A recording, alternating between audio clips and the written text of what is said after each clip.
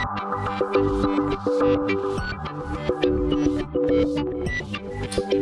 and welcome to my playhouse, and today I'm gonna try and get a bit further on this project over here, which is putting up fiber drywall. And I've kind of misselected this for a bit because I've been so busy doing several videos. So we're gonna have a look at where we're at right now, and I'm not gonna put up the drywall, I'm gonna ready the wall for the drywall. It looks like crap. I'm gonna put some tiling adhesive on this to prepare it for the drywall, fiber drywall. And also I removed the radiator over here, and I had buckets and buckets of antifreeze water come out of that. I use antifreeze water in my heating system here because I'm not here during the weekdays. So if we should get really cold weather and there should be freezing inside, then the radiator systems and stuff like that would not freeze and break and do weird shit. So yeah, I have a little something I want to show you first. Something that I picked up that I find a bit amusing. Out here is the winter garden, and I really, when the weather is good, which it is not right now, I like to have the door to the outside open, and I get a lot of flies in. So this thing was on sale. Oh, we'll just go, and the pump in the basement just went on. Let's noise reduce that by closing the door. There we are. Come on, man, we're filming here. I bought this fly protection thing, and it's with magnets. So I can go through this, and it will just close up again. I think that's kind of neat.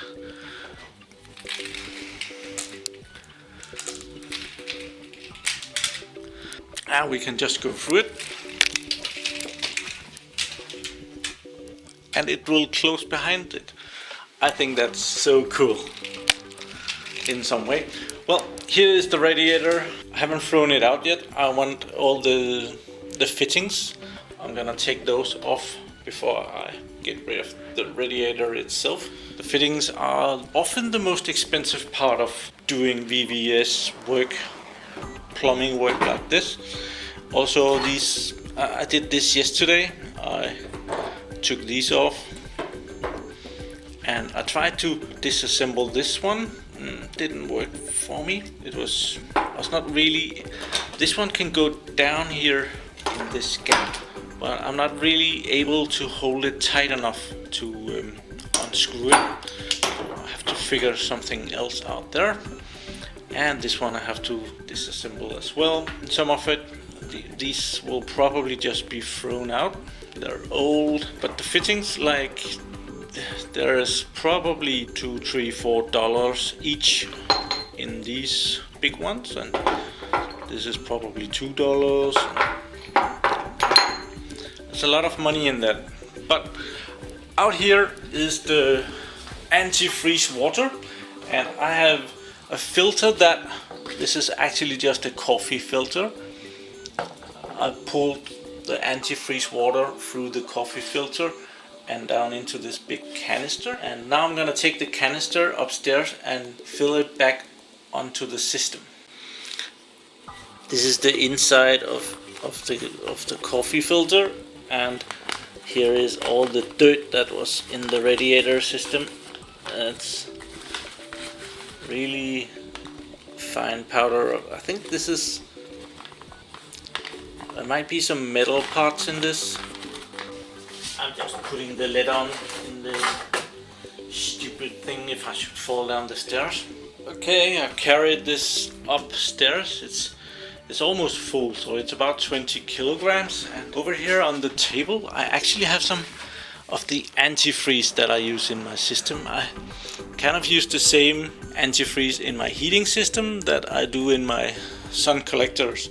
This one is almost empty, and that's because I filled up my sun collectors earlier this year before the season, and they have provided me hot water.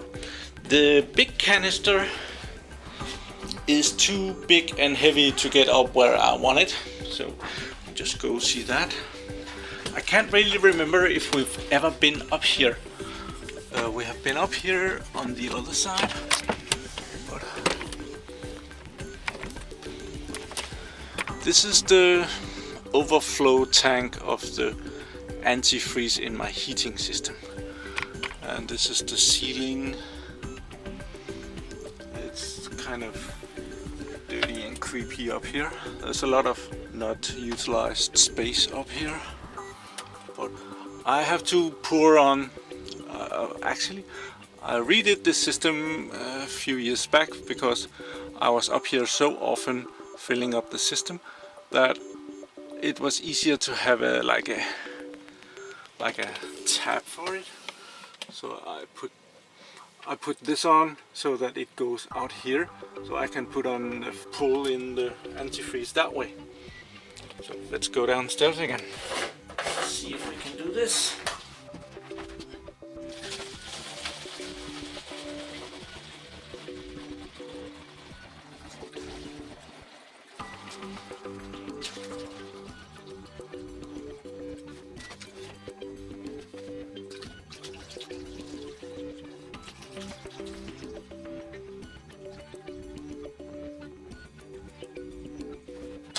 Let's just say that's enough for the first try.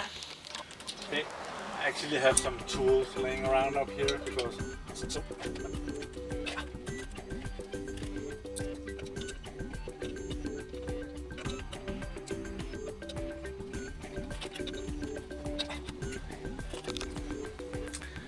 okay, I've been struggling with this for a little bit.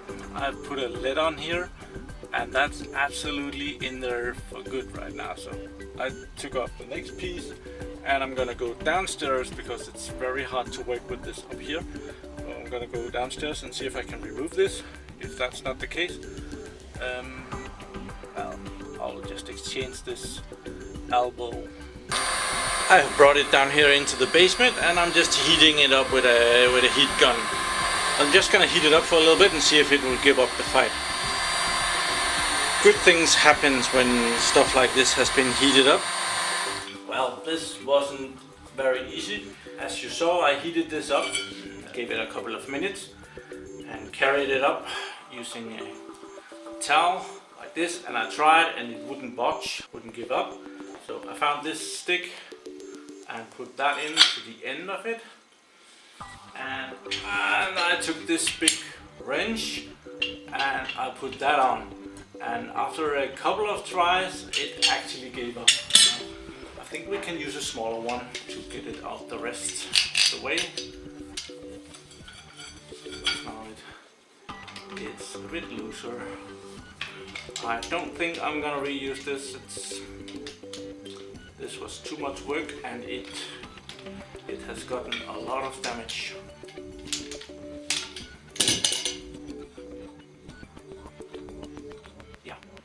That was in there really well, and I have kind of smashed this. It could probably be used again. I don't think we have to. Plus this metal seems to be some kind of a soft metal, not really good. So yeah, I'm gonna go back up and attach this again. I found another one for it. I just took this off another pipe not long ago, and that fits on there.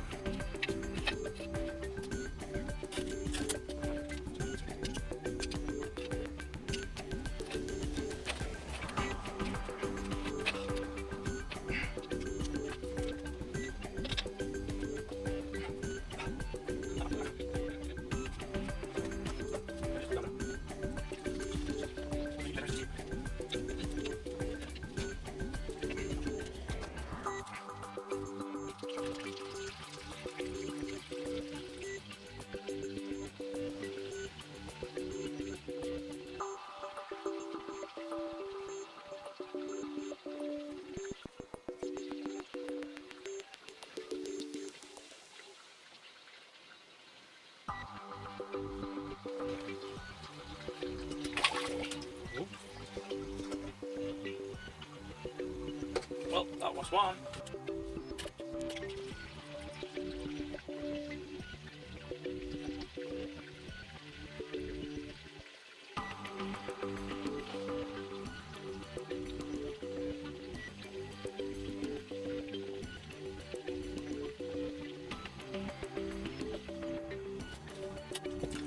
Well, that was the last canister of that. Screw this on loosely this time. There we are. Let the tool lay that right. I might have lied just a little bit. This canister is not entirely empty. And that was because I noticed that there are some impurities in the canister itself. So even though I filtered all the water, the canister was dirty. So I wanted to shake that and try to get the impurities loose in the canister and filter it all once again.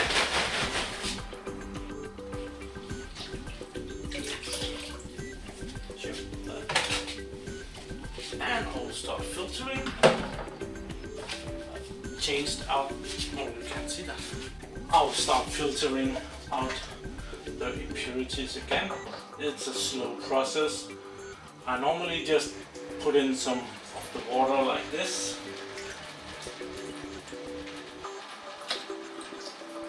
And in the start it runs very fast. And then every time I pass by here I just give it another scoop. And that way it, I get it over time. So, kind of like that. So in here in the living room we have this ugly wall that the chimney is right here. That's two sides of the chimney. And there has been an old kitchen here way before I was even thought of. And they had tiles on the wall. So you can kind of see the squares from the old tiles there. I'm gonna take some tiling adhesive and go over this so that it's nice and prepared for when I'm gonna put on this fiber drywall. It's not ordinary drywall, this is a special good and a special expensive drywall. It's the double fireproof protection than ordinary drywall. And you can take a hammer and you can hammer on it and it won't break that easily. It will eventually break, but it's a lot more robust than ordinary drywall. So I'm gonna start by taking off anything that sticks out and anything that is loose.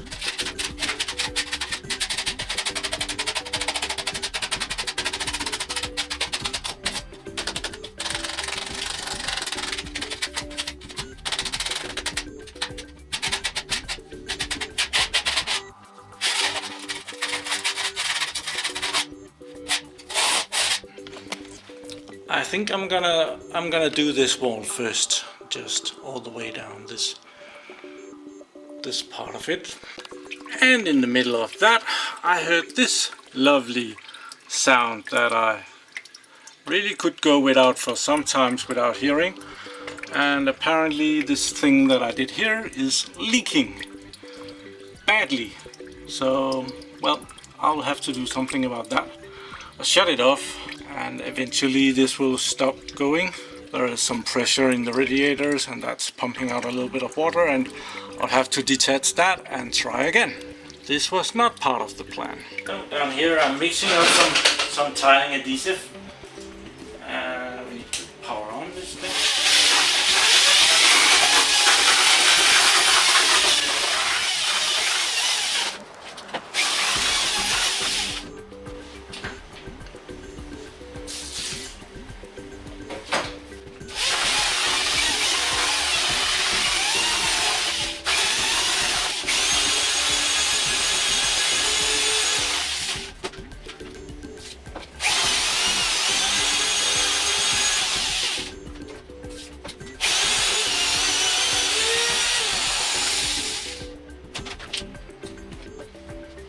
I want the tiling adhesive to be as wet as possible, but still that it will glue onto everything, because I want it to sink in as deep into the cracks in the wall and get a good grip. So this looks very gluey. Well, this is a really bad corner for filming. There's no lights over here. I have some water here and I use that to prepare the wall so that it's not dry.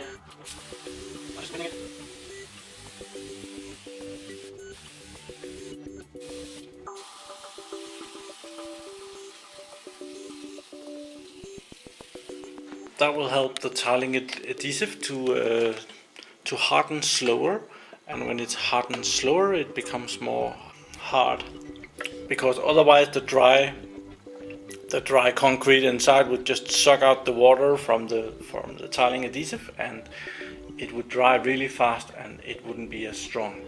Just found the vacuum cleaner to remove some of the mess that I made over here in the corner.